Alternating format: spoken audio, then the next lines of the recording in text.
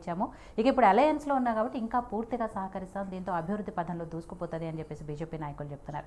అట్లా ఇప్పుడు అలయన్స్లో కూటమిలో ఉన్న ప్రభుత్వం ఏర్పడబోతోంది కాబట్టి అందరూ కలిసికట్టుగా మంత్రివర్గ సభ్యులు కూడా చాలా అంటే చూసుకున్నట్టయితే చాలా ఎక్సర్సైజ్ చేసి అందరికీ న్యాయం చేసే విధంగానే చూసుకున్నట్టుగా కనిపిస్తోంది. కాబట్టి ఇక ఆంధ్రప్రదేశ్ను అభివృద్ధి పదంలో నడిపిస్తాము అని చెప్తున్నారు. సో ఓవరాల్గా తెలుగుదేశం పార్టీకి సంబంధించి మీరేం చెప్తారు ఇవాళ ఉన్న మంత్రివర్గానికి సంబంధించి?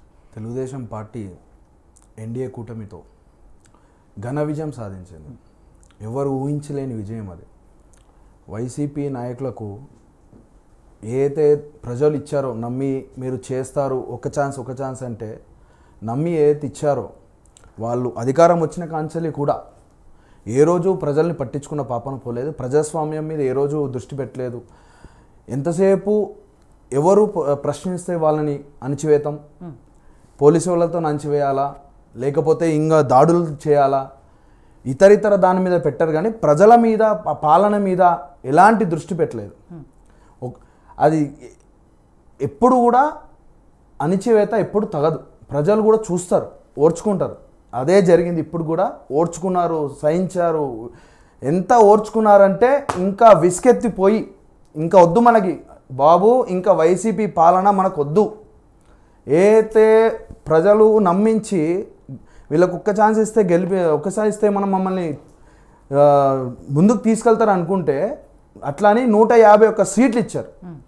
అప్పుడు ప్రత్యేక హోదా మోడీకి మేము గద్దెదిస్తాం, మోడీని మేము అడుగుతాము, ఎట్లా రాదు, ఏపీ ఎట్లా డెవలప్ కాదని చెప్పి 22 ఎంపీ సీట్లు ఇచ్చారు. 151 సీట్లు ఇస్తే ఏ రోజు కూడా అడ్మినిస్ట్రేటివ్ సైడే చూడలేదు. ఎంతసేపు బిల్డింగ్లు కూలగొట్టాలి, ఎమ్మెల్యేలను దాడులు చేయాలి, కార్యకర్తలను చంపేయాలి, అణిచివేత. సో అణిచివేతని మించి ఇది ఇంతగానో ఒక్కటేసారి వేవ్. ప్రజలు ఎంత విసుకెత్తిపోయారంటే ఇంకా వీళ్ళొద్దు, 151 స్థానం నుంచి ఆ మధ్యలో 5 తీసేసి 11 స్థానాలు. మరి ఎట్లా అంటే ప్రతిపక్షం అనేది లేకుండా, అంటే ఇంకా ప్రతిపక్ష హోదానే లేదు ఇంకా వాళ్ళకి. అట్లాంటి లేకుండా ఇచ్చారు. ఇప్పుడు గెలిచిన వైసీపీల దాంట్లో కూడా చూడండి, ఓన్లీ 2 మాత్రమే సీనియర్స్, మిగతా వాళ్ళందరూ మళ్ళీ కొత్త.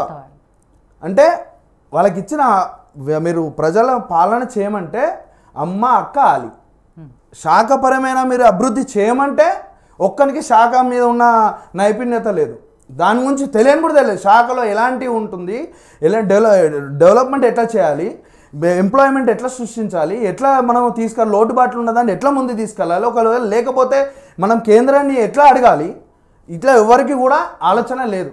ఎంతసేపు అక్క ఆలి ఇదే.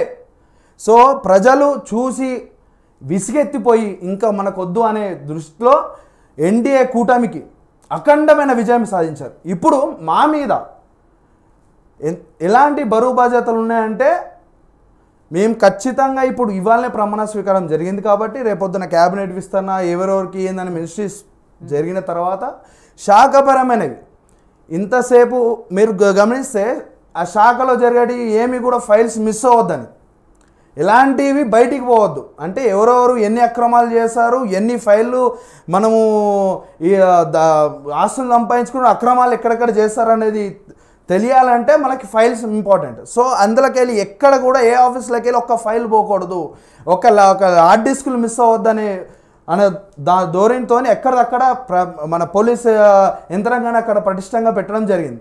సో రేపు పొద్దున అన్ని శాఖపరమైన అన్ని చర్యలు అన్ని మీటింగ్స్ తర్వాత ఎక్కడెక్కడ లోటుబాట్లు చేయాలి, ఎక్కడెక్కడ అవినీతి జరిగిందో అది చట్టపరంగా మనం ముందుకు తీసుకెళ్తాం. అలాగే డెవలప్మెంట్ ఇప్పుడు చాలా బాధ్యత ఉంది మాకు.